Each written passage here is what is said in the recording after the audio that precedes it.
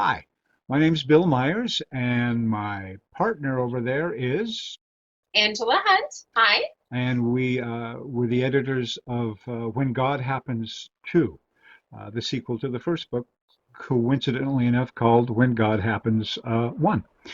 And so we just wanted to talk a little bit about the book, why we're excited about it.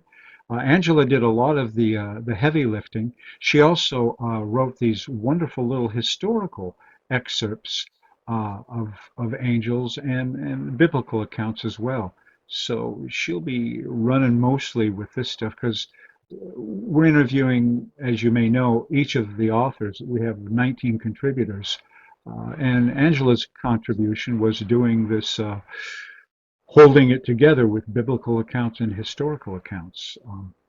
That said, Angela, was what stories stood out the most to you as you were editing them?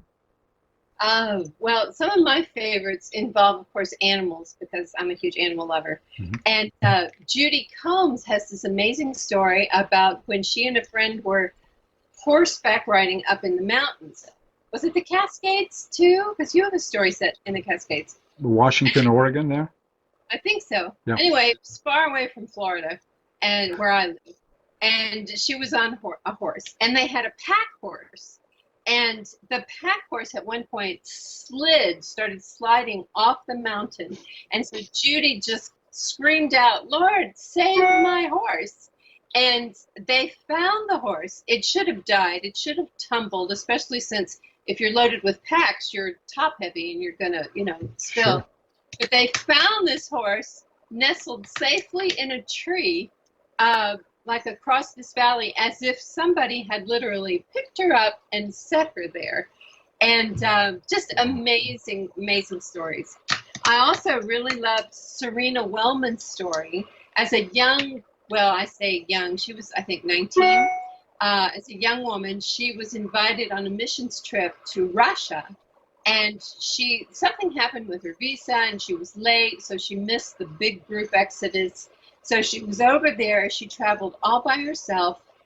She got to Russia. She didn't speak the language. She was completely alone. She'd been on planes, off planes, missed flights, delayed flights. She was just all scrambled.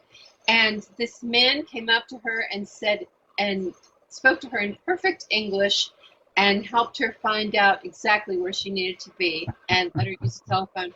And you think these are more than God appointments. These are angelic interventions and Mm. just so many amazing stories. It's Now, enough to fortify you to go out in the world and be unafraid. now you have your doctorate in theology, right? Yes. So you're the designated grown-up of our team. Um, how does all this fit theologically? Because you dropped in various biblical accounts and other historical accounts. Is what what sort of new things did you discover when you were investigating angels biblically? Well, we were very careful because there really was, I think it was a little more pronounced a few years ago, this trend in society towards angel adoration. I mean, it used to be that people would talk about, angels are among us, and they would sell little statues of these angels, feminine angels with long flowing blonde hair that glowed. Of course, they were always beautiful and dressed in white, and but scripturally, every angel presented in scripture, first of all, is male. Hmm. And secondly, they look like ordinary people when they're on a mission, and the word angel means messenger. So when they are on a mission, sometimes their goal is to fit in, not to stand out. Ah, So, um, they look like ordinary humans. I'm sure they're dressed like ordinary humans. Bill has a great story about a man who was out in the woods and looked like a guy you'd see tramping through the woods, hat, gun at his belt, and all that sort of thing. Probably blue jeans, if I'm guessing. And probably, yeah. yeah, um, excuse the train that went by. Um, so, first of all, so angels are male. And secondly, they always Wait, have hang on. Let's listen to the whistle for just a moment. Oh, it's done. Boy, Yeah, you are right next to the train, huh? it my house shakes when it goes by. But okay, angels are not there to awe us or to make us adore them because they are servants of God. So, an angel's mission is just to obey the Father, and he usually sends them either on a mission to give a message, to minister to believers, um, sometimes to give a word of encouragement, which is falls under the message things, and Mhm. sometimes to protect from evil. We have a couple of fascinating stories about missionaries who um, faced hostile forces, but the people were not attacked because they said they saw other people surrounding the building and that sort of thing. And the missionaries were like, there was nobody there. And the people who would have attacked said, oh, yes, we saw them. They were Yeah, there. yeah, And so, angels have their purpose in God's plan, but it is not to be worshiped, to be adored, to be prayed to. They are simply there to serve God by serving his people. good.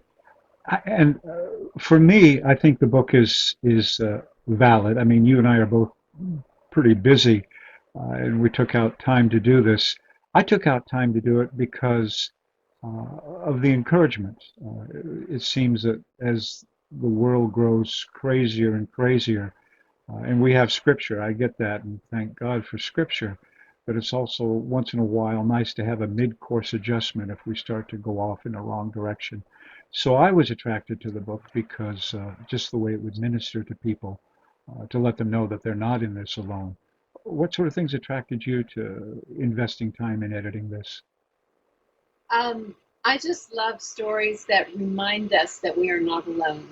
Ah, I remember when I first began to fully understand the doctrine of God's sovereignty, um, it's that whatever happens to me comes through his will.